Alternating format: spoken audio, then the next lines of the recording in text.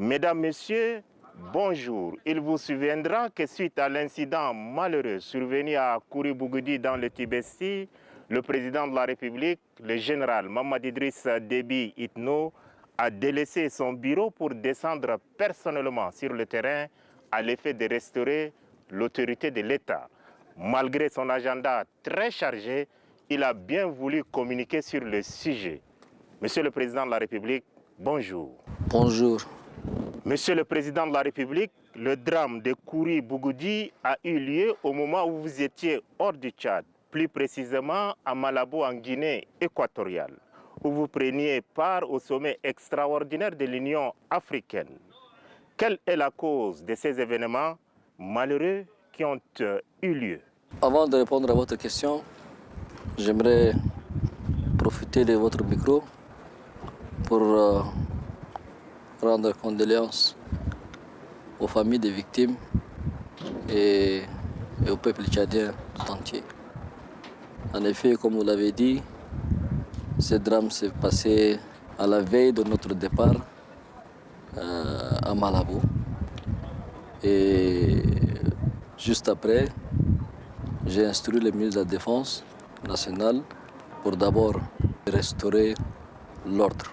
S'agit-il d'un affrontement intercommunautaire comme cela est présenté par une certaine presse? Qui sont les victimes? Pour être franc avec vous, c'est plus qu'un conflit intercommunautaire. Je dirais même que c'est un conflit de races. C'est un conflit de couleur de peau, ce qui est un phénomène nouveau que nous ne connaissons pas. Et les actes de barbarie qui ont été faits ici, c'est des actes qui ne sont pas dans nos coutumes tchadiennes. Égorger des gens, brûler des personnes, ça, au Tchad, nous n'en connaissons pas. Et c'est un phénomène nouveau qui est arrivé dans notre pays. Maintenant, les victimes, tous les êtres humains valent. Et la vie est sacrée. Malheureusement, il y a eu des morts. Il y a eu des morts tchadiens, mais aussi des étrangers, tels que il y a des Mauritaniens, des Algériens, des Nigériens. Comme je disais tantôt, c'est un conflit de race. Donc, quand un brun qui se considère blanc trouve un noir, il l'assassine. Et quand un noir il trouve un brun, et il le considère comme blanc et il l'assassine. Voilà en gros ce qui s'est passé et c'est malheureux. Nous sommes ici à une dizaine de kilomètres de la frontière libyenne et à une centaine de la frontière soudanaise. Pourquoi avez-vous pris le risque d'effectuer le déplacement de Kouri-Bougoudi malgré l'opposition de vos services de sécurité? Mon frère, notre nationalité, il ne faut pas oublier que moi je suis un militaire. Le risque, je l'ai accepté quand j'ai décidé d'intégrer l'armée. Et deuxièmement, au décès du maréchal du Tchad, paix à son âme, nous avons décidé de prendre notre responsabilité. Et en ce moment aussi, nous savons les risques qui nous attendaient.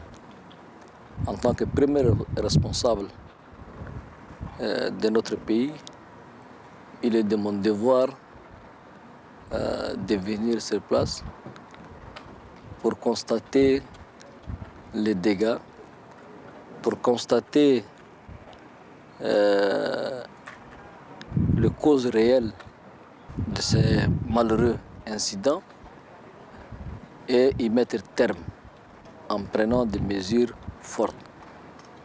Et c'est ce que je suis en train de faire. Depuis 2013, plusieurs opérations de déguerpissement ont été menées par les forces de défense et de sécurité sur le site minier de Kouri-Bougoudi. Pensez-vous que la dernière, menée sous vos hautes instructions, est la bonne? En effet, vous avez totalement raison.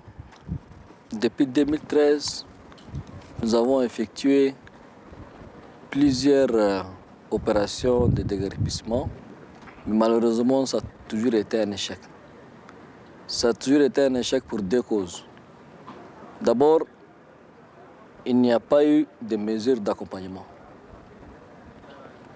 Et deuxièmement, il n'y a pas eu de suivi. C'est ça qui a fait que, à chaque fois que nous prenons des décisions, comme il n'y a pas de mesures d'accompagnement, comme il n'y a pas de suivi, on revient toujours au point zéro. Maintenant, ça ne va pas être le même cas. Nous avons pris des mesures drastiques pour que la paix définitive, la sécurité revienne à jamais dans ce coin. Je m'explique.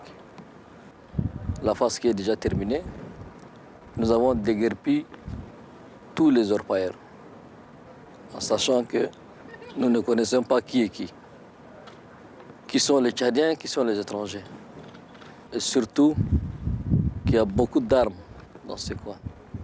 Donc la première chose qu'on a fait, c'est de déguerpir tout le monde. Comme vous l'avez vu, aujourd'hui, le site est libre. Et on va encore doubler l'effectif des forces de défense et de sécurité. Maintenant, on va installer un OPS qui permettra de sécuriser cette zone. Ensuite, les mesures d'accompagnement, comme vous le savez, le ministre des Finances avec son staff est déjà là, le ministre des Mines et son staff est déjà là. Donc, maintenant, ils vont installer leurs agents, ils vont installer des comptoirs qui permettra de légaliser leur paillage, qui permettra certainement aux Tchadiens de venir travailler dans la sécurité et dans la légalité. Monsieur le Président de la République, n'ayons pas peur des mots. Appelons le chat par son nom. Le site de Kouri-Bougoudi est une zone de non-droit. Son contrôle échappe totalement au gouvernement. Que feriez-vous pour restaurer l'ordre au sein du dit site? Kouri-Bougoudi échappait aux forces de l'ordre. Ce n'est plus le cas maintenant. Comme je le disais tout à l'heure, aujourd'hui nous avons doublé l'effectif justement dans le but de sécuriser toute cette zone. Nous sommes à moins de 10 km de la frontière d'un pays ami qui est pratiquement en guerre civile. Donc, il est de notre intérêt de sécuriser cette frontière et je crois que c'est avec ces mesures qu'on va restaurer la sécurité et l'état de droit. L'ordre de Kouri-Bougoudi profite plus aux étrangers qu'aux Tchadiens. Le gros perdant dans cette exploitation artisanale de l'or, c'est l'État qui se voit spolier de ses ressources minières. À quand la prise en main de ces sites par le gouvernement à travers le ministère des Mines? Vous avez tout à fait raison. Les grands perdants sont les Tchadiens. Parce que les estimations qu'on a aujourd'hui, ceux qui travaillent ici, il n'y a que 35% des Tchadiens qui travaillent. Ça, c'est d'abord un. Deuxièmement, l'or qui sort d'ici ne profite ni aux Tchadiens, ni à l'État tchadien. L'or qui sort d'ici part en Libye. On estime à 57 milliards de francs CFA par semaine, ce qui est quand même énorme. Et cela doit cesser. C'est pour ça que, après avoir sécurisé cette zone, nous allons installer les services des mines, les services des impôts, les services des douanes, pour que dorénavant, l'État puisse bénéficier de ce droit. Et la province aussi va bénéficier de 5%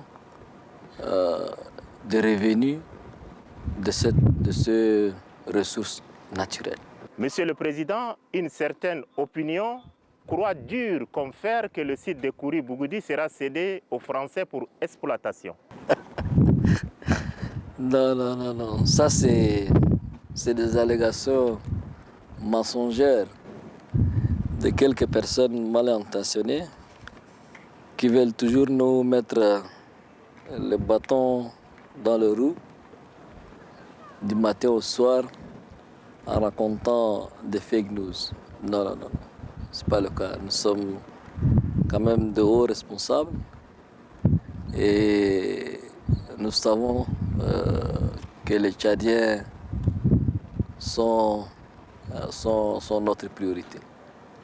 Ce qui nous amène à vous dire qu'après avoir sécurisé, nous allons libéraliser l'or pour que les Tchadiens puissent venir travailler dans la quiétude et dans la légalité. Pour les étrangers, qu'ils soient français, soudanais, autres, s'ils veulent venir travailler ici, il y a des procédures à suivre. C'est-à-dire, il faut qu'ils possèdent la carte de séjour et l'autorisation du ministère des Mines pour venir travailler ici. Donc soyez rassurés que nous ne sommes pas là pour nettoyer ces zones et remettre à une entreprise, mais nous sommes là pour nettoyer, mettre de la sécurité pour que les Tchadiens puissent venir travailler dans la quiétude. Monsieur le Président, le site de Kouri-Bougoudi est totalement évacué. Les techniciens des ministères des Mines et des Finances sont sur place pour prendre possession de 10 sites, pour faire entrer l'État dans ses droits. Que fera très exactement l'État? J'ai fait allusion ici aux infrastructures socio-éducatives de base. Vous avez raison, ce site est très loin sur le Sahara. Donc nous avons décidé d'abord, dans un premier temps, de construire un hôpital. C'est le plus important. Deuxièmement, l'eau, c'est la vie. Donc nous sommes,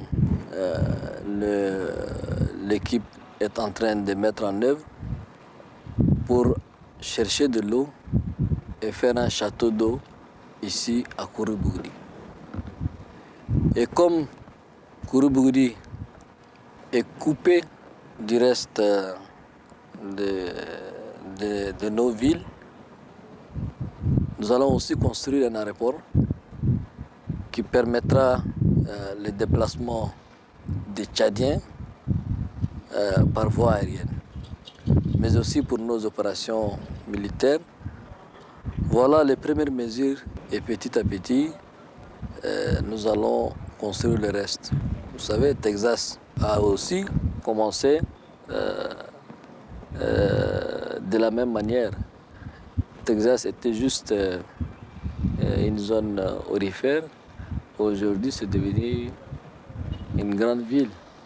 Je pourrais vous prendre un autre exemple, comme Johannesburg, qui a été aussi une zone aurifère. Aujourd'hui, elle est devenue une grande ville.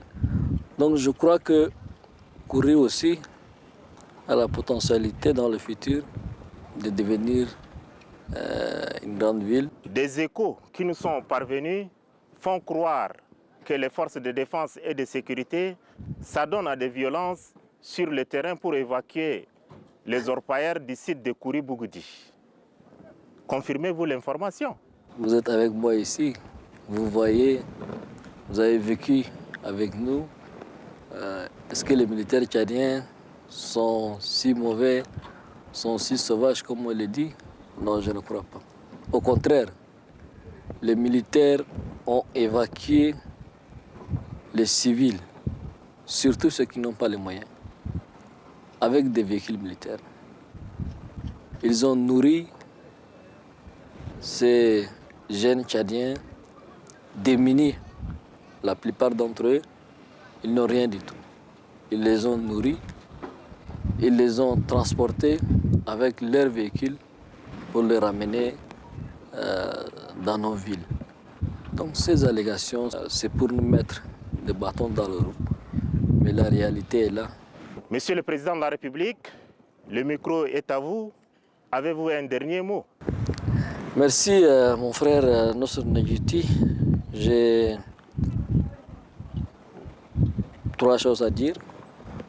D'abord, dans un premier temps, je voudrais rassurer mes compatriotes tchadiens que malgré les malheurs qu'il y a eu ici, en ce moment, la situation est maîtrisée et notre frontière est maîtrisée et qu'il n'y a rien à craindre. Et le deuxième, je voudrais dire à mes chers compatriotes, d'avoir foi en Dieu. Dieu qui nous a créés, Dieu qui a créé notre pays, Dieu qui a su toujours protéger notre pays. Et d'avoir foi et confiance à leur armée nationale, qui malgré son effectif limité, avec en charge la sécurité d'1 284 000 km², fait de son mieux pour protéger nos frontières et les Tchadiens.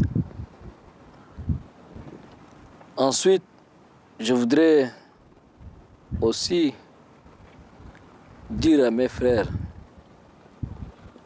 qu'ils soient des partis politiques, des politico-militaires, des sociétés civiles, qui, au moindre mal, au moindre malheur, rebondissent pour nous mettre le bâton dans les roues. À cela, je vais leur dire,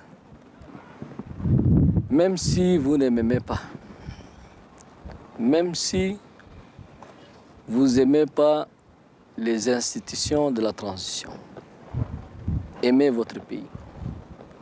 Ce pays nous appartient à nous tous. Nous avons le devoir, par mémoire de nos frères et sœurs, qui ont sacrifié leur vie pour nous léguer un pays, pour nous léguer ce pays. Nous devons maintenir cette paix, nous devons maintenir l'unité de notre pays. Je voudrais dire à ceux-là qui font leur base de politique, qui est de critiquer le CMT du matin au soir, et qui ne proposent d'ailleurs aucun projet de société, mais leur seul projet de société est de dire le CMT a fait ceci, le CMT a fait cela, le CMT n'a pas fait ceci, le CMT n'a pas fait cela. À cela, je voudrais leur dire d'arrêter cela, s'il vous plaît. Nous sommes en transition. Nous sommes en très bonne voie. Et nous avons ensemble, avec le peuple tchadien, après le décès du maréchal paix à son âme, arrivé à stabiliser, à sécuriser, à préserver l'unité de notre pays. Maintenant, nous entamons la deuxième phase, qui est la plus cruciale, le dialogue national inclusif. Je voudrais dire à ces frères, qu'ils soient des activistes, des partis politiques, même des personnes de ressources, à cela, je vais leur dire de venir intégrer le processus en cours, pour qu'ensemble, on puisse écrire une nouvelle page pour notre pays. Je crois qu'il n'est pas dans leur intérêt, il n'est pas dans leur intérêt de rester en dehors de ces processus. Je tends ma main encore à eux, parce que j'ai espoir qu'ils viennent, qu'ils nous accompagnent, pour qu'ensemble, et c'est ensemble qu'on peut faire avancer les choses. Je vous remercie pour m'avoir donné cette occasion. Monsieur le Président de la République, ainsi prend fin cet entretien. Merci d'avoir accepté de répondre à nos questions au site opérationnel de Kouri Bougoudi.